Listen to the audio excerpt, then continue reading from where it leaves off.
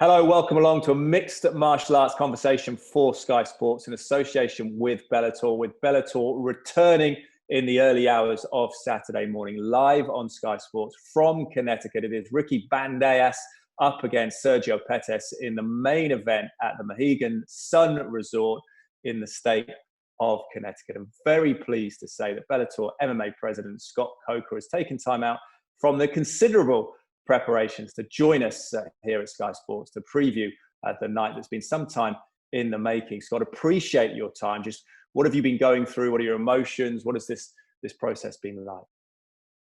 Well, as you guys know, it's a very interesting time, and we're excited to get back to business, get back to our fighting business, get our fighters busy. But it has been challenging, and there is a lot of hurdles that we had to overcome to get back to the space, feel comfortable, feel safe, to provide an environment, almost like a sound stage, let's say, or a little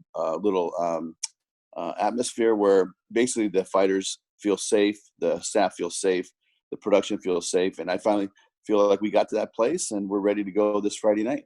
That's great. I mean, is there anything, we use the word unprecedented, don't we, around the world for what's been happening? Is there anything that compares to this in your past in terms of organizing events, and how much detail have you had to go into in terms of trying to keep everyone safe with all the protocols?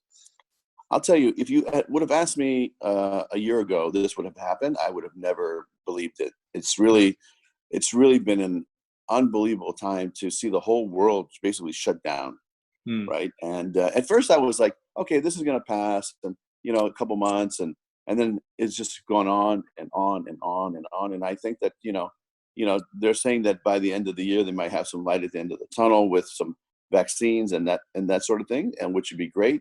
But I think this is going to be something that carries on into next year, to be honest.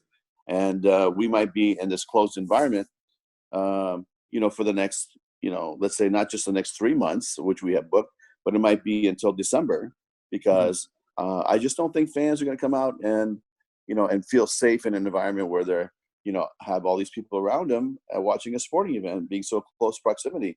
So I think that, we're going to be in kind of like this like little, like I call it the fight sphere, right? A little biozone that we, have created here at the Mohegan Sun. And we'll be, rotating the fights with Showtime. So we'll be filming one weekend, they'll be filming the following weekend, and we're sharing the venue. And it's going to be a great experience because we're sharing the production of the event itself. So we're working together in the sense that it's the first time that we've really worked with Showtime, and being that we're from the same company now with CBS and Viacom, and Showtime's owned by the same company now, and so is Bellator. So it's a great opportunity for us to work together. But as far as the COVID hitting, never did I ever see anything like this coming. It's been a game changer, and I think it'll be a while before we get back to normal. And what about the event you're coming back to, though? It's got the potential, the main event, hasn't it? Ricky Bandejas and Sergio Pettis to be an absolute barnstormer of a fight. Yes, I mean this is a like, if you like scraps, they call this, BJ Penn was saying, then this is the fight card for you, because you got a bunch of young kids, got a lot to prove, and they're going to bring it. And this is their opportunity. And they've been, training for the last 3-4 months, getting ready and just staying in shape. And we've been telling them, hey, we don't know when, but get ready, just stay ready. And so, we pull the trigger, and these guys they're going to be out. They're going to be at it. They're going to get to the center of the cage, and they're going to start throwing. So these are some young guys, and the whole card is kind of built around like the new young, the next generation, to see who can step up. And, with Aaron Pico and Claxton, and we just got a bunch of great young talent on the fight card. I want to speak to you about Michael Venom Page quickly, Scott, because he's obviously a UK fighter and based in London, in Hackney. He's keen to get back out. Any news on him or potentially returning to Europe? Would it be feasible for European fighters to come to the States at the moment? Well, right now it's not, and I think it's both ways. For instance, if we bring a fighter to the UK and we plan to fight in the UK, we have to we're under 14-day quarantine, right? And so that means every fighter has to go under 14-day quarantine. And we've been trying to get the athletes here, but there's been this, travel embargo put on by our government. And so it's been challenging. And we have to figure that out because, for the United States fighters, we have these set of fights at the Mohegan Sun, like our summer series, that they'll have the opportunity to compete. But for the European fighters, they're just kind of on standby. So I think that we're going to have to probably do a fight in Europe somewhere or the UK somewhere and make it just a very European-centric event, just like we are here for these guys. And I think that'll happen, sometime September, October. But, listen, Michael Bennett Page is one of the most talented athletes in the planet. And I love his fighting style. I want to get him back in there. Right now, it's just a COVID and a government situation. So we'll have to work it out. Yeah, good to hear. And the Dublin event that was initially scheduled for October, do you think, is that still TBC, to be confirmed potentially? Yeah, you know what? We still have hopes that event will happen and we will be able to do it. They're saying that right now we can still do it. But the challenge is, how do we get our staff from here to there? Right. So maybe just David Green and the European operation can operate it and basically get it done, which I know they can. And that might be the course of action, is that the European team and the UK team really just goes and runs it, without us, and we'll have to stay virtual and be supported from here and just televise it here. But, if that event does happen and the government does allow it, they're talking about maybe having, a couple thousand people in the venue. But, it's irrelevant at that point because we really want Michael to get back into the cage. And I think that Ireland might be the first opportunity to do that. Yeah, it's interesting just listening to you talk. It takes logistics to a whole new level now, doesn't it? And I wanted to ask you about one of Michael's friends. And Michael was quite coy about this and was kind of tongue-in-cheek about his friend Derek Chisora, who is obviously a world-level contender boxer, has fought for a world title in the past. But rumours, and Chisora himself quoted as saying he might be interested in coming to Bellator after he fights the Ukrainian Alexander Usyk in boxing. Can you tell us anything on that? Shed any light? Yeah, all I can say is that there is dialogue, and he does train in MMA with Michael over there at Shoot, and we'd love to have him. And if he has time in his schedule to compete in MMA, we would love to put him in there and test him out. So depending on his schedule, we'd love to get him into the rotation, so to speak, if his time permits. That's great. I mean, what would you'd have to be fair to him. Would you be kind to him and get him in with a striker? Presumably you wouldn't put him straight in with a wrestling champion or something like that. No. We, listen, even though he has so many boxing fights, it's still a different experience. And fighting with these little 6-ounce gloves, it's a much different experience. And fighting in a cage, I'm sure there's gonna be some adjustment. But I think that we would put him in there. Maybe I picture having somebody like a fun opponent for him, maybe, to compete with. So, we haven't even talked opponent. We haven't talked about timing. Really, it's going to come down to when he's available. But we would love to have him when he's ready. Let's get it on. Yeah, I suppose he's a cult hero here, isn't he? Now he sells out the O2 Arena in London, and potentially that's part of it as a promoter, having a character like that on your books, albeit one who's a great fighter as well. Yeah, I mean, listen, no doubt that he brings a lot to the table. But I always love when, a boxer or somebody that comes from a different sport will really put his time in and really study martial arts and really practice martial arts. And when you go to a gym like, Shoot in London, that means you're serious. And to me, that means you're this is just not a gimmick fight. This is something that he wants to test himself. So I love that. I always love that when, whether they come from rugby or they come from professional football. We've had Herschel Walker come and fight for us in the past, who's a big American football star here. And, but I just love the fact when fighters or athletes at the highest level come in, because they always realize, wow, this is a tough sport. This is something that really takes a lot of dedication, a lot of time. And, really it's like watching them, go from ground zero, but they have such great athletic ability. They're able to make that crossover much easier than someone who's just starting to compete. Yeah. You mentioned rugby. James Haskell obviously signed to Bellator.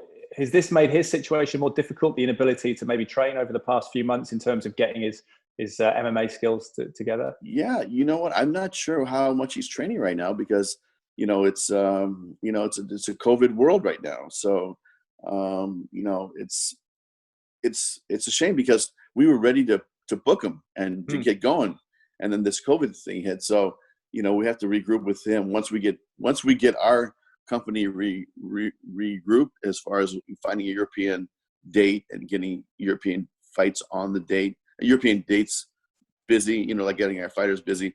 We'll revisit with James, but there's another. I mean, look at the specimen of that guy. I mean, he loves hitting people already.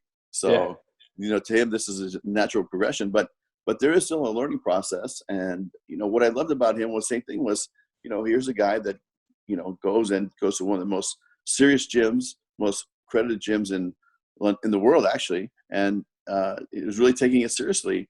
And I love that because to me, that means that he's serious and that he really wants to do it. And he's going to, this is just more time for him to prepare for the long journey that he has ahead. Yeah, it's a really good way of looking at it. Extra time for James Haskell to prepare. Now, I heard, appreciate your time, Scott, as well. I know time's pressing, but Michael Chandler has come and said that he's 99% sure he is fighting on the 7th of August and should be against Henderson. Do you have an update on that? Do you have a revision of the 99.9%? Yeah, it's still 99.9%. And, listen, I think that we're going to put that fight together sometime in the next, couple of days. But it's not signed. It's not inked yet. And, what it is, we'll let everybody know. But that's a fight I sure would like to see because those guys will bring it. I mean, it's going to be another just barn burner. They've had some great matchups. And but when it gets signed and gets inked and gets done, we'll let everybody know. Yeah, is it Michael's last fight, do you feel, or is there potential for a new contract? I mean, you know what? There's always a potential, but it is a different world, right? And what I mean by that is, listen, we're everybody's gonna have to adjust right now because economics are different. Let's be honest, economics are different, and there's not going to be a gate because we don't have a gate opportunity anymore, right? So you're taking millions of dollars off the plate, for us and other live event sports.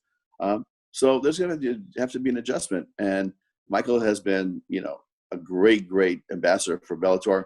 We'd love to keep him. And we'll do everything we can. And let's see what happens, after he fights and let's see what the temperature is. And we'll go back and evaluate, his let's say contribution to the companies, which has been massive. But there is a certain business side to this business, and sometimes it works out, sometimes it doesn't. Yeah, that's true. And it's interesting that I think you've got a fantastic card coming up in Connecticut. Have fighters generally been receptive to that new economic reality because it's come out of nowhere and it's new for everyone? Have they been understanding to that sort of that reality of there being less money involved? Well, actually right now, I don't think anything changes because all these fighters have contracts and so they're getting, everybody gets paid. It doesn't say in the contract that, there's might be a COVID situation. There might be, the company might have to take an economic hit because of this. And listen, Viacom has been supportive and all the way from the top, down, they've been supportive but it's up to us to also run a fiscally responsible business. And so this all, I think what will happen is what will happen is when contracts start running out, the people that move the needle, which means you're driving TV ratings, right? Because now having attendance is not going to be a factor, right? So if you can move the TV needle, then we're going to want to keep you on the roster and you'll get paid. And if you don't, then you might have to just move on, or we might have to shake hands and just be friends, at this point. So, it's going to be an interesting time because I feel like the fighters, like I said, that can actually, drive TV ratings will get paid. And if you're just like a medium type, journeyman, then, we might have some options and you might have some options. So, that's just it's going to be the law of economics at this point. Yeah, changing picture. That's really interesting in terms of ticket sales not being relevant while there are no fans in the stadium and how that develops. We do hope to see the fans back in the events. It was going to be a great event though at the Mohegan Sun. Tell us, Scott, before you go, what you're particularly looking forward to. We know that that fight with Pettis and Bandejas is going to be a fantastic one. But is there anything else that you're looking out for? Anyone you're looking out for that may have gone under the radar? Yeah, I'd say, don't underestimate Aaron Pico, his return, because here's a kid that was highly coveted and had a lot of potential. He had some early tough fights, but he's got all the skill set. He's in a great camp. He's in a great situation now. I think you're going to see a new Aaron Pico. And this kid's only 23, 24. Yeah. I mean, it's he's got a great career ahead of him. He's fighting on Friday night. I'm looking forward to that fight. But I'm looking forward just to getting back and getting in the cage and letting these guys do their thing and just getting Bellator back and producing fights, which I'm so excited because these last 5 months I'm overstaying at home and I'm overstaying with this COVID situation. I'm ready to go back to work and we're going to start this Friday. Scott, really look forward to it and appreciate your time. Best of luck on Friday your time and Saturday morning our time, 3 a.m. on Sky Sports. Everyone here is going to be getting the coffee on and looking forward to watching it. It's going to be great, and tune in, and hopefully we'll see you guys there in person sometime before the end of the year. Cannot wait. Scott Coker, thank you.